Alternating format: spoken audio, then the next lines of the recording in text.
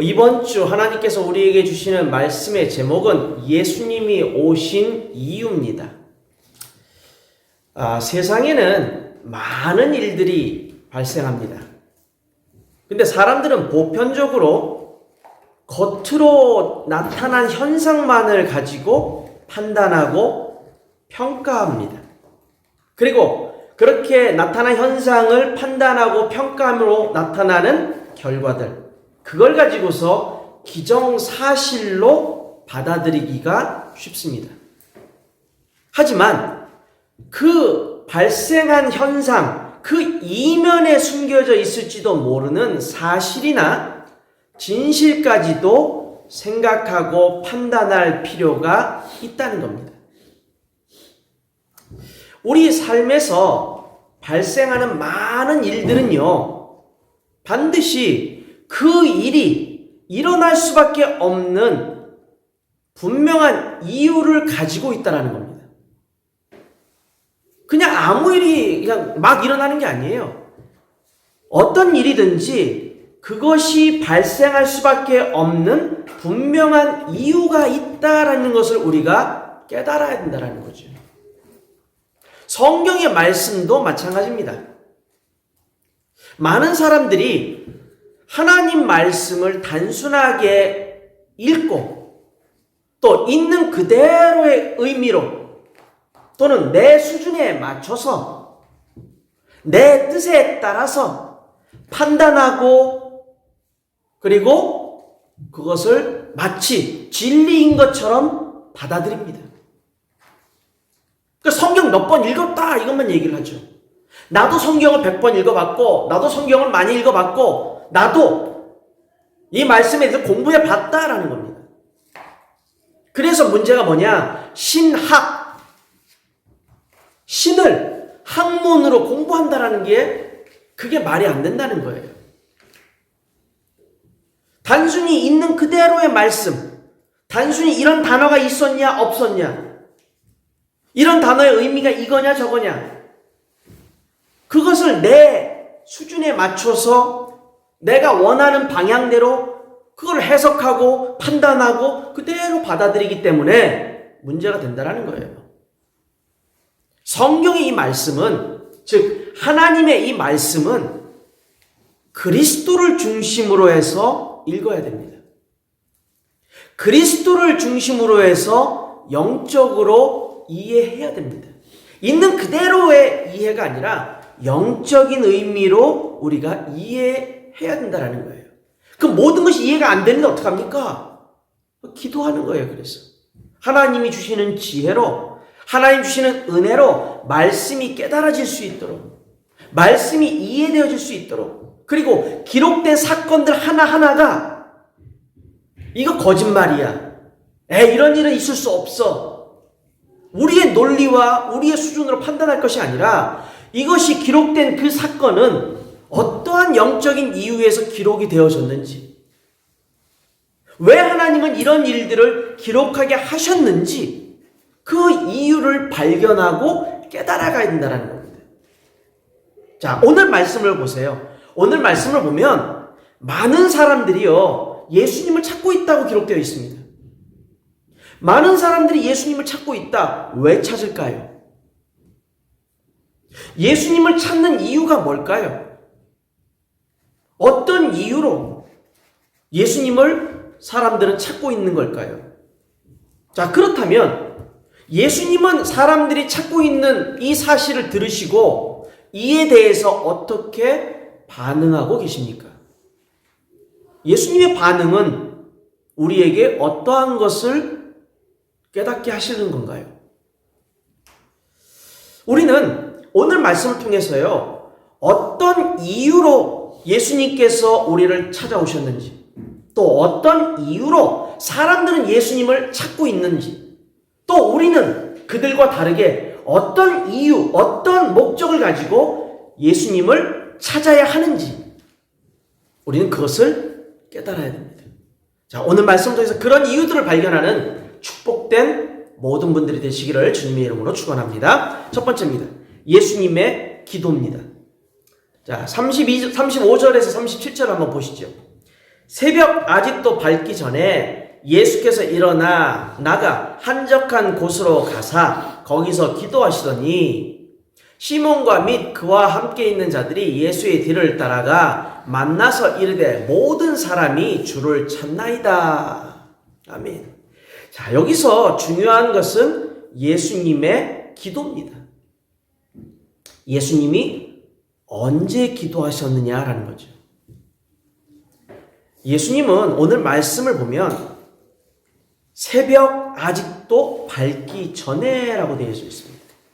새벽 아직도 밝기 전부터 예수님께서는 일어나셔서 하루를 시작하시게 되는데 무엇으로 시작하시느냐? 기도로 시작하신다라는 겁니다. 하루의 시작을 기도로. 예수님이 제일 먼저 기도를 하시는 이유는 도대체 뭘까요, 그러면? 왜 예수님은 제일 먼저 기도부터 하셨을까? 그 이유는 예수님의 사역이 펼쳐지게 되면서 예수님이 사역하기 이전에 하시기 전에 하나님과의 영적 교제, 하나님과의 영적인 소통을 통해서 새로운 힘과 능력을 구하시기 위함입니다. 오늘 예수님이 하시는 사역이 뭘까요? 기록된 말씀 속에서 39절에 나와 있지요. 온 갈릴리에 다니시며 그들의 여러 회당에서 전도하시고 또 귀신들을 내쫓으시더라 라는 겁니다. 자, 이러한 사역을 감당하기 위해서 예수님은 제일 먼저 하신 것이 뭐냐? 하나님과의 영적 소통을 통해 힘을 얻고 하나님의 능력을 힘입어서 모든 사역을 감당하시기 위함이었다라는 겁니다. 우리가 사역을 할 때도 또 일을 할 때도 공부를 할 때도 생활을 하기 이전에도 제일 먼저 우리가 해야 될 것이 뭐냐면 사실은 하나님과의 영적 교제입니다. 기도죠, 기도. 이 기도를 통해서 내게 필요한, 내게 꼭 있어야 되는 영적인 힘과 능력을 하나님께로부터 공급받는 것이 최우선 순위가 되어야 된다는 겁니다. 그래서 단순히 여기만은 우리가 봤을 때 예수님이 새벽에 일어나셔서 기도부터 하시고 사역하셨구나.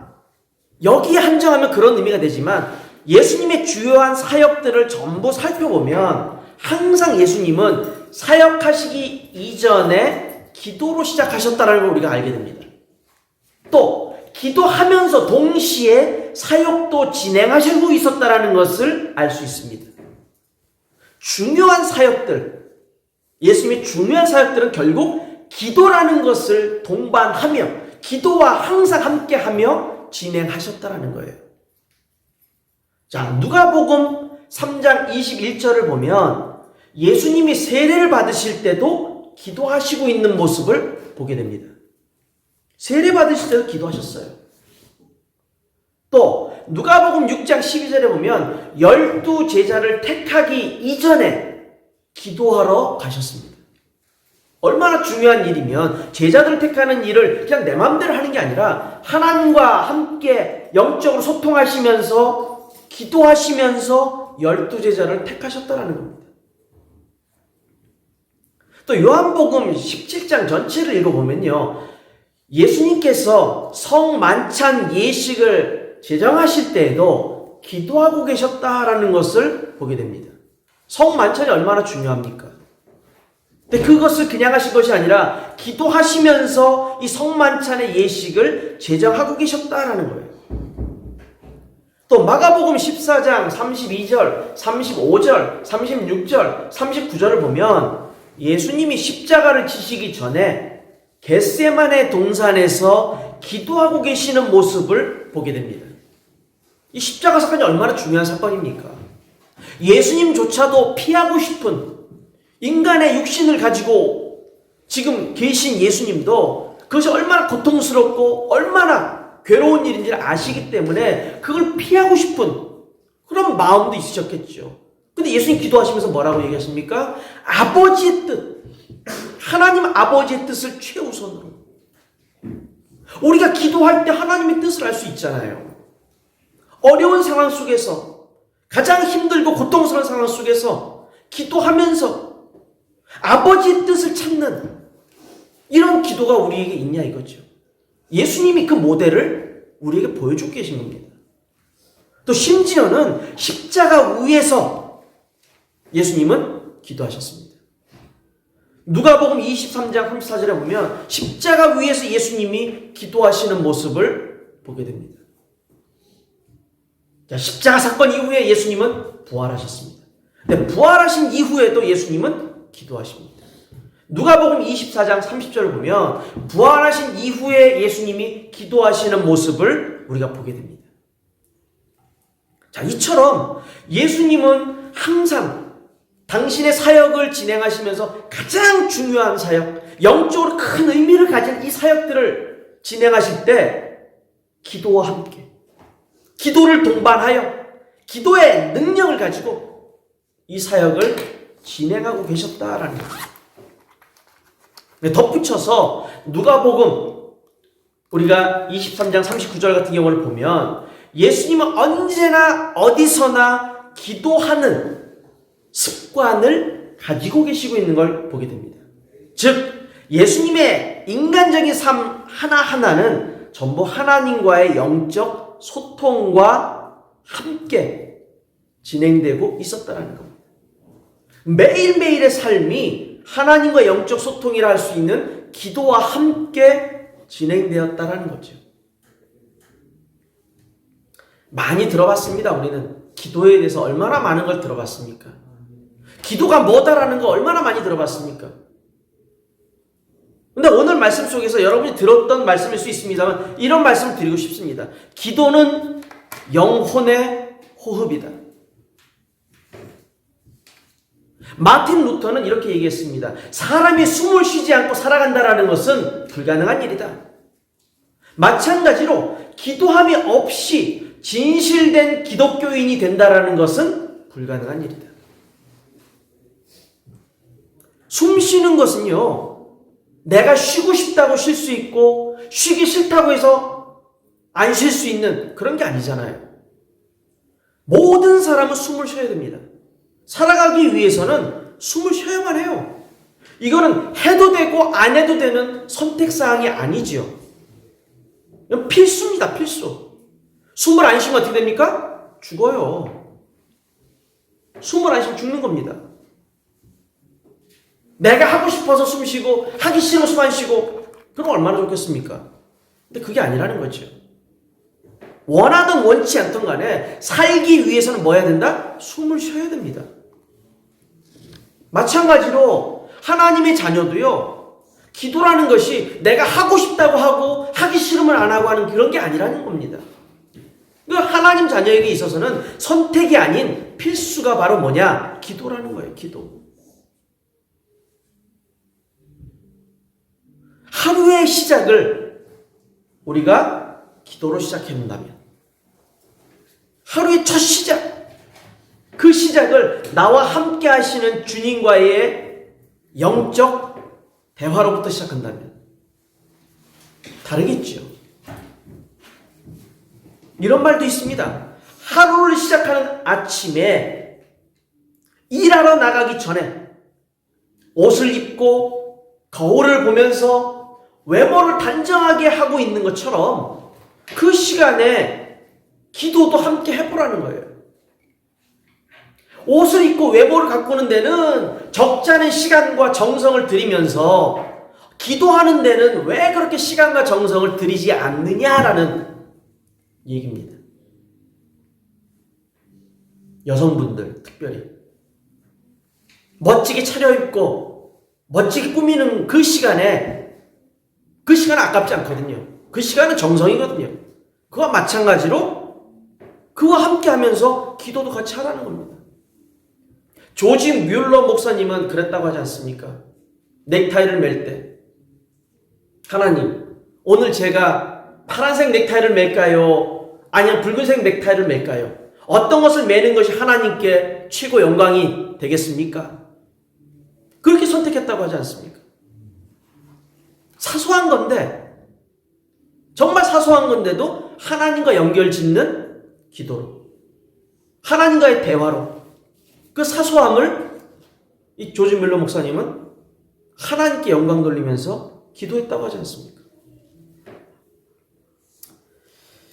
예수님은 언제나 기도로 하나님과 소통하셨습니다. 우리도 기도하며 하나님과 소통을 해야 됩니다. 자, 그러기 위해서 바쁘다. 뭐 해야 된다. 해야 될 거는 줄기차게 그 시간 지켜가면서 기도는 안 하죠. 예배는 안 드리죠. 게으르다는 겁니다. 영적으로 그게. 정말 중요한 걸 놔두고 정말 중요한 건 관심 없고 다른 거. 우리는 하나님과 나와 영적 소통의 시간, 기도의 시간을 가져야 됩니다. 근데 바쁘고 막 정신없을 때 기도한다고 하면 그것도 까먹어져요. 그래서 내게 가장 편안한 시간, 내가 그나마 여유를 가질 수 있는 시간, 그 시간을 기도하는데 활용해 보면 됩니다. 아침에 일어나서, 제일 먼저 일어나서, 저는 매일매일 아침에 일어나면 몇 시가 됐던 간에 일어나면 제일 먼저 하는 첫 마디가 뭐냐? 하나님 감사합니다. 오늘도 이 하루를 나에게 주시니 감사합니다. 그렇게 하고 일어나서 합니다. 제 할 일들은. 딱 두 가지예요. 감사합니다. 오늘 하루도 허락해 주시면 감사합니다. 잠자기 전에 누구나 다 잠을 자기 위해서 침대에 눕잖아요. 화장실보다 좋은 데 없지요. 집중하기 제일 좋죠. 어찌 보면. 어쨌든 간에 중요한 것은 내가 주님과 소통할 수 있는 최고의 시간이 분명히 있다는 겁니다. 그 시간을 찾아보시기 바랍니다. 자, 우리는 기도를 통해서 주님이 나와 함께 하시는 이 임마누엘의 축복을 더욱 풍성하게, 더욱더 확실하게 누릴 수 있습니다. 이러한 축복을 누리는 저와 여러분들 되시기를 주님의 이름으로 축원드립니다. 두 번째, 예수님이 오신 이유입니다. 마가복음 1장 38절과 39절의 말씀을 보겠습니다. 이르시되 우리가 다른 가까운 마을들로 가자. 거기서도 전도하리니 내가 이를 위하여 왔노라 하시고 이에 온 갈릴리에 다니시며 그들의 여러 회당에서 전도하시고 또 귀신들을 내쫓으시더라. 아멘. 자, 예수님은 지금 말씀 가운데 전도하러 가자 이렇게 말씀합니다. 그런데 오늘 말씀 32절부터 34절을 보면 예수님이 사역을 하신 것이 있습니다. 모든 병자와 귀신 들린 자, 병든 사람을 고치셨고 많은 귀신들을 내쫓으셨습니다. 자, 그렇게 사역을 하셨는데 내용을 보면 37절에 이런 말씀이 있죠. 제자들이 예수님께 나와서는 모든 사람이 주를 찾나이다. 모든 사람이 주님을 찾고 있습니다. 왜 찾을까요? 사람들이 찾는 이유를 알아야 됩니다. 예수님은 병든 많은 사람을 고치셨고 귀신을 내쫓으신 것을 우리는 말씀을 통해 알고 있습니다. 그럼 사람들이 왜 예수님을 찾아왔느냐? 간단합니다. 마가복음 1장 28절에도 그렇고 34절에도 나와 있습니다. 뭐지요? 들었다라는 거예요. 예수의 소문에 대해서 온 갈릴리 사방에 퍼졌다라고 말씀하고 있고 많은 사람들이 예수께서 병든 자를 고치시고 귀신 들린 자를 또 치유하시는 모습, 귀신을 내쫓는 이 모습을 들었고 보았고 알게 되었다는 겁니다. 예수님의 능력이 어떤 건지, 눈에 보이는 능력이 뭔지를 알았다는 거죠. 한마디로 사람들은 세상의 문제, 다시 말하면 자기 자신을 둘러싼 문제 해결에 관심이 우선적으로 있다는 얘기입니다. 내 문제, 내가 가지고 있는 내 눈에 보이는 지금 현재의 문제, 그걸 해결하고 싶은 거예요. 그래서 예수님을 찾습니다. 그래서 즉 복음을 듣고 듣고 깨달아서 은혜를 받았기 때문에 은혜 받아서 예수님을 찾아서 그 은혜를 더 누리고 싶어서 예수님을 찾은 게 아니라는 겁니다. 내게 있는 절박한 문제, 내가 가지고 있는, 내가 처해 있는, 우리 가정이 가지고 있는, 우리 자녀에게 임하여 있는 여러 가지 풀리지 않는 이 문제, 해결되지 않는 문제, 절박한 문제, 이거 지금 해결해야 되는 게 급선무거든요. 급선무. 그래 즉각적인 응답이 필요한 거예요. 기도하면 바로 응답이 왔으면 좋겠다는 게 저와 여러분의 모든 사람들의 소망 아닙니까? 바로 응답이 얼마나 좋습니까? 그것도 내가 지금 가지고 있는 육신적인 문제, 이게 단번에 해결되면 얼마나 좋습니까? 그게 우선이라는 겁니다. 교회 안에도 마찬가지입니다. 그리스도를 믿는다는 사람들 가운데도요, 이유가 뭐냐? 왜 그리스도를 믿느냐? 그냥요, 이거 없습니다. 말은 안 하지만 눈에 보이지 않지만 다 자기 문제에 대한 해결을 원해서 그리스도를 믿는 거예요. 정말 은혜 받아서 말씀의 은혜를 받고 복음의 능력의 은혜를 받고 정말 복음을 통해서 자기 인생이 완전히 변화되어지고, 그래서 너무 감사하고 너무너무 그 말씀이 사모가 되어져서 주님 앞에 나오길 원하는, 주님의 은혜를 더욱더 갈망하길 원하는 그런 마음의 사람보다요, 내가 지금 가지고 있는 문제를 해결받았으면, 내가 지금 처해 있는 이 상황을 어떻게든 이 상황 속에서 내가 빠져나갈 수 있으면, 이런 바램, 이런 육신적이고 인간적인 바램이 더 먼저라는 겁니다. 그래서 예수님을 찾는 거예요. 복음보다 더 앞서는 게 뭔지 아십니까? 눈에 보이는 겁니다. 막 방언하는 거 눈에 들리지, 귀에 들리잖아요. 사람이 넘어졌다가 나았다 해가지고 하는 신기한 그런 거, 그게 눈에 보이는 거 아닙니까? 그게 우선이에요. 근데 다시는 그런 일은 두 번, 세 번, 네 번 반복적으로 일어나지 않습니다. 주의 은혜가 있어 한 번 일어날 수는 있겠지만 반복적으로 주기적으로 일어난 일은 없거든요. 그런 것만 바라보던 사람은 나중에 그런 일이 안 일어나면 어떻게 됩니까? 아무것도 없네 하고 가버립니다. 은혜가 떨어지면, 눈에 보이는 것, 귀에 들리는 것에 은혜가 떨어지면요, 관심 없습니다. 다른 데 갑니다. 왜 사람들이 무당을 찾아가고 왜 사람들이 다른 데를 찾아가는지 아십니까? 당장에 뭔가 있는 것 같거든요. 말을 할 때도. 너 문제 있어 왔지? 문제가 없으면 뭐하러 오겠어요 거기에. 당연히 문제가 있으니까 온 거지. 그런 거를 몰라요.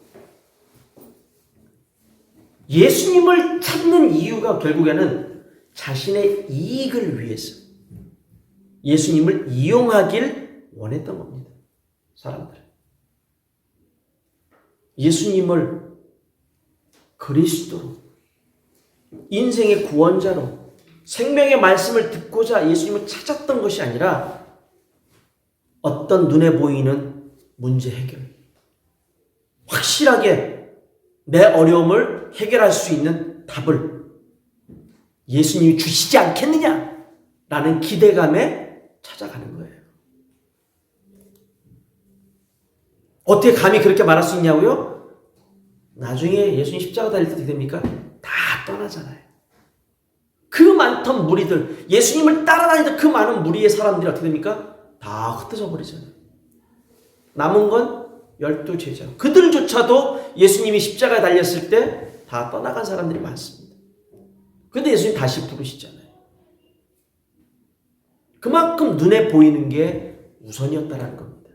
자, 그런데 예수님이 이걸 모르셨을까요? 예수님은 아셨습니다.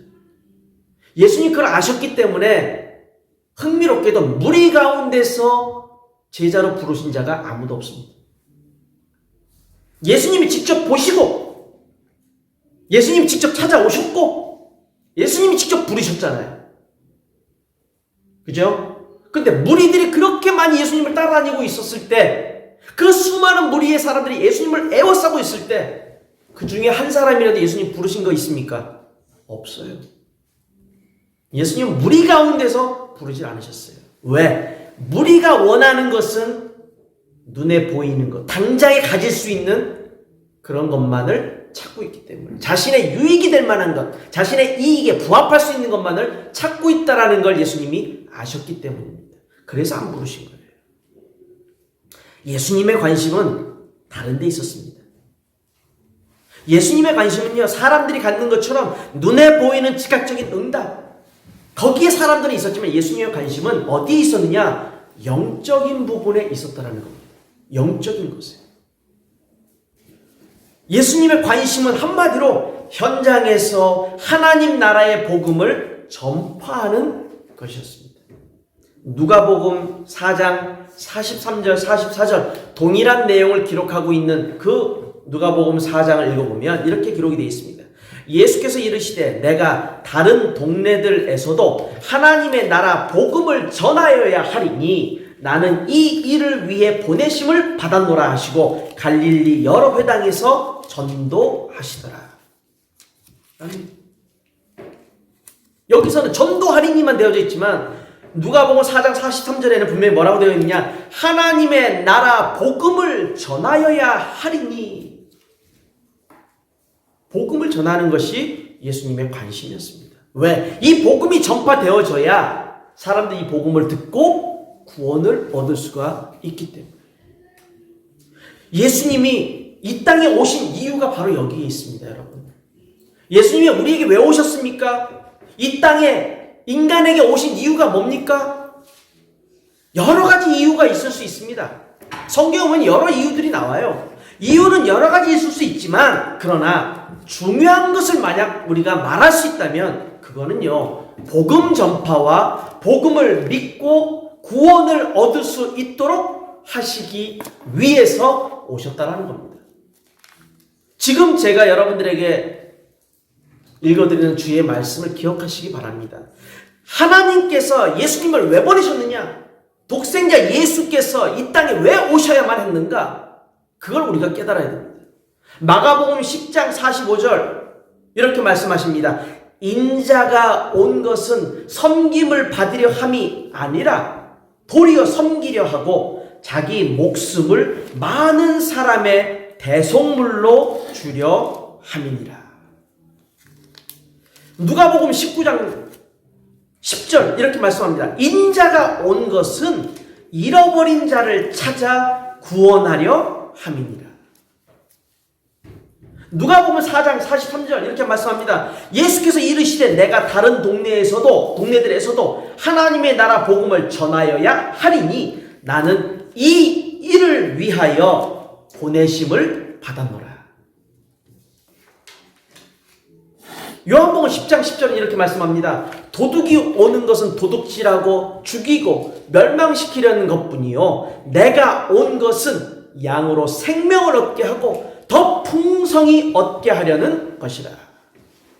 요한복음 12장 47절 내가 온 것은 세상을 심판하려 함이 아니요 세상을 구원하려 함이로다. 아멘. 전부 다 예수님 직접 하신 말씀입니다. 예수님 내가 왜 왔느냐? 내가 여기 온 이유가 뭐냐? 왜 왔느냐? 왜 왔느냐? 왜 왔느냐? 그 이유를 말씀하고 있어요. 예수님이 이 땅에 오신 이유는 한마디로 뭐냐? 복음 증거와 이 복음을 듣고 구원을 받도록 하시기 위함이라는 겁니다. 복음을 전파하는 전도와 선교가 그래서 중요한 거예요. 왜? 하나님의 방법이거든요. 사람들이 예수 그리스도를 믿고 구원받도록 하기 위한 하나님의 방법이 바로 복음을 전하는 전도와 선교라는 겁니다. 자, 여기서 중요한 내용이 뭐냐? 이 구원을 사람들이 얻도록 하기 위해서 예수님 자신도 보내심을 받았다라는 겁니다. 보내심을 받았다. 누가복음 4장 43절에 뭐라고 말씀합니까? 이를 위하여 나는 보내심을 받았노라. 이 일을 위해 나는 보내심을 받았다. 보내심을 받았다. 이 말의 의미가 뭘까요? 이게 아포스톨로스라는 얘기입니다. 아포스톨로스. 아포스톨로스란 말은 뭡니까? 우리가 잘 아는 아포스톨, 사도란 얘기입니다. 사도. 누가 보내셨을까요? 예수님을 하나님 아버지께서 보내신 거예요.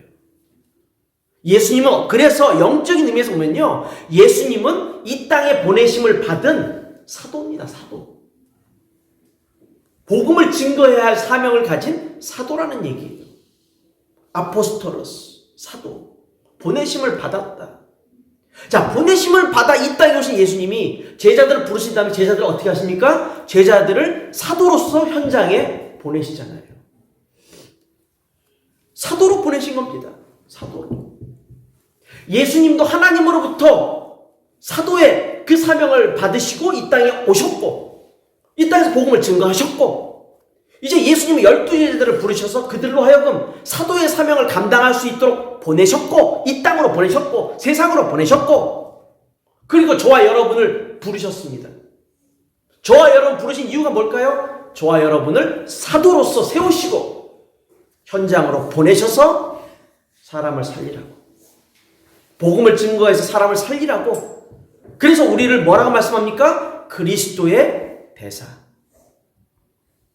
그리스도의 대사라고 말씀하지 않습니까? 고린도후서 5장 20절 뭐라고 말씀합니까? 그리스도의 대사라. 그리스도의 이름을 대신해서 우리가 보내심을 받았으니까, 그러니까 우리가 그리스도의 대사죠. 그리스도의 사도죠. 우리들 현장으로 보내셔서 하나님 뭘 하길 원하십니까?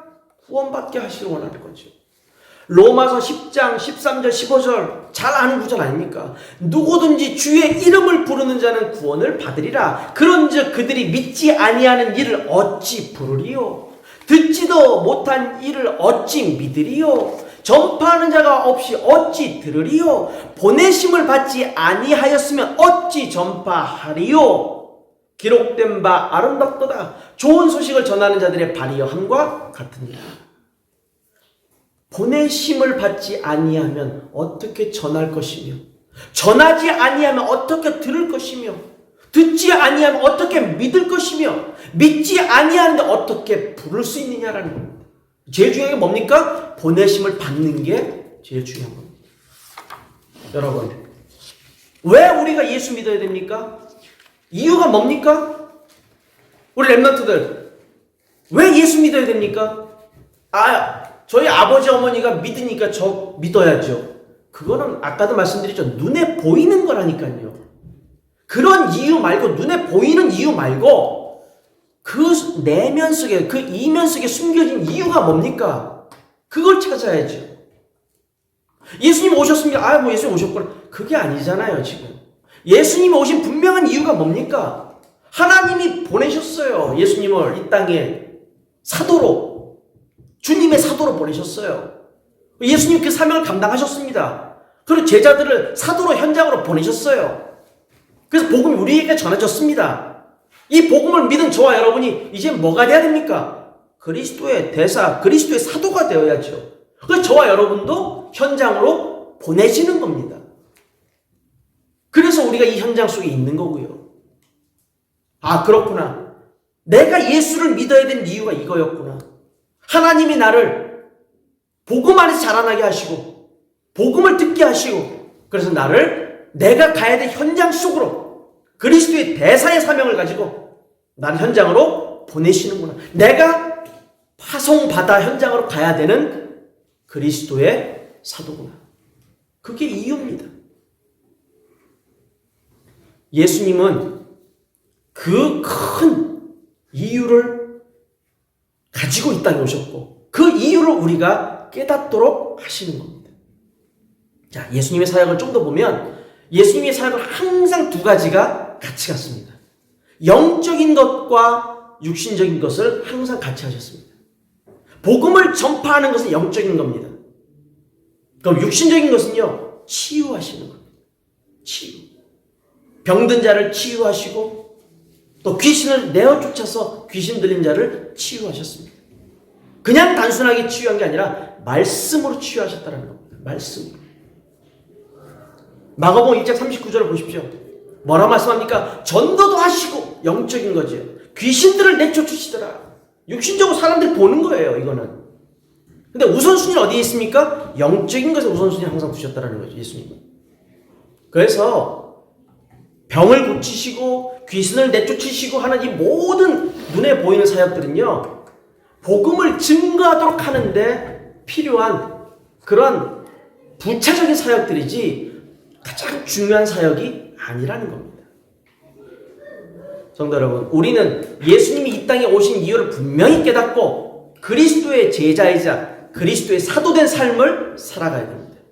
이러한 삶을 살아가는 저와 여러분이 되시기를 주님의 이름으로 축원드립니다. 결론입니다. 영어의 관용 어구 중에는 이런 표현이 하나 있습니다. Everything happens for a reason. Everything happens for a reason. 무슨 말입니까? 모든 일에는 일어나는 이유가 있다라는 겁니다. 모든 일에는 일어날 수밖에 없는 이유가 있다. 우리 한국의 속담에도 이런 말이 있습니다. 아디땐 굴뚝에 연기 나랴. 굴뚝에 연기가 이렇게 피어오르는 것은요, 뭔가 불을 떼니까 이게 연기가 보이는 거지, 불을 떼지도 않는데 연기가 나타나는 일은 없습니다. 이 모든 말은 뭘 의미하느냐? 이유가 있다라는 거예요. 원인이 있다라는 겁니다. 그렇기 때문에 어떤 결과가 나타나는 거예요.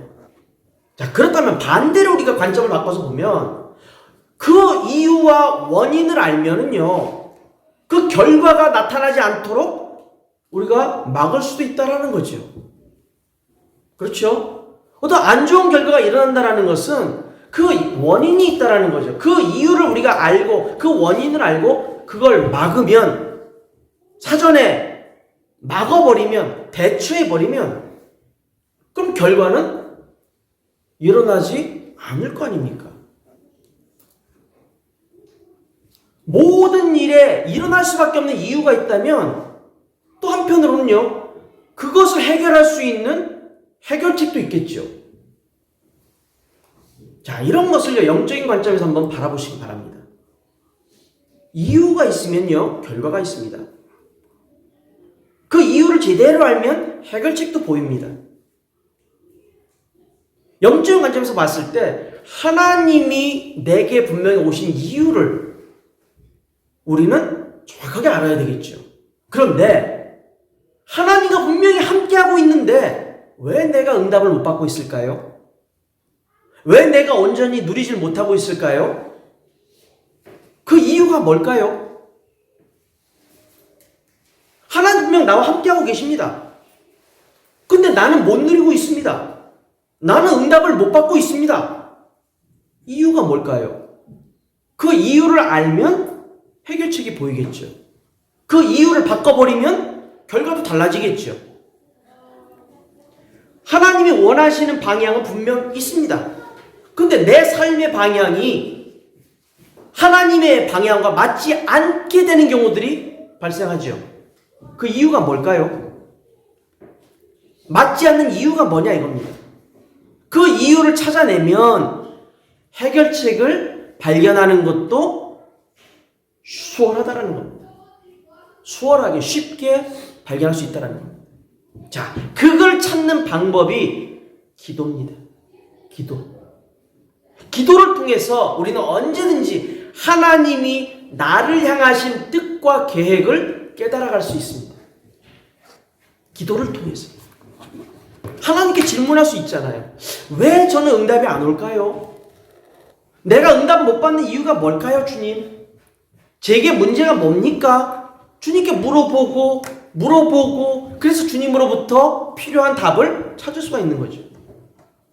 또 우리가 이렇게 하나님의 응답을 받을 수밖에 없는 이유를 찾는다고 했을 때 이유는 간단합니다. 하나님의 언약에 집중하면 됩니다. 하나님의 언약에 집중하고 하나님의 언약을 굳게 붙잡으면 이 언약 때문에 하나님은 응답 주시는 거거든요. 간단합니다. 그래서 하나님의 언약, 그리스도를 붙잡으라는 거예요. 그리스도는 하나님의 아킬레스건입니다. 아킬레스건이 뭡니까? 가장 약한 부분이라는 거예요. 하나님이, 전능하신 하나님이, 완전하신 하나님이 무슨 아킬레스를 갖습니까? 그런 의미가 아닙니다. 하나님이 응답을 주실 수밖에 없는 그 이유를 찾아내라는 겁니다. 그게 그리스도라는 거예요. 그리스도를 위해서, 그리스도 때문에 하나님 응답 주신다라는 겁니다. 자, 그리고 우리가 깨달아야 될 게 뭐냐? 많은 문제와 많은 질문이 우리에겐 일어나겠지만 그 답은 그리스도밖에 없습니다. 아무리 많은 원인과 아무리 많은 이유들이 발생을 해서 우리가 막 이러쿵저러쿵 얘기를 해도 결국 해결책은 하나입니다. 그리스도. 그리스도가 하나밖에 없습니다. 모든 문제 해결자는 그리스도밖에 없습니다. 성도 여러분, 우리가 깨달아야 될 부분, 모든 사람에게는 그리스도가 필요합니다. 그리스도가 필요하기 때문에 그 그리스도를 증거하고 그리스도를 전할 수 있는 그 사명을 우리에게 먼저 주신 겁니다. 우리도 누군가를 이렇게 깨닫게 해서 그 사람 역시도 주님 앞에 사도된 사명을 감당할 수 있도록 도와줘야 됩니다. 그것이 우리에게 필요합니다. 우리 모두가 이런 일들을 하나님 앞에 감당하고 또 하나님의 그 소원을 이루는 일에 쓰임받는 그리스도의 증인들, 그 그리스도의 증인들이 다 되시기를 주님의 이름으로 축원드립니다. 기도합니다.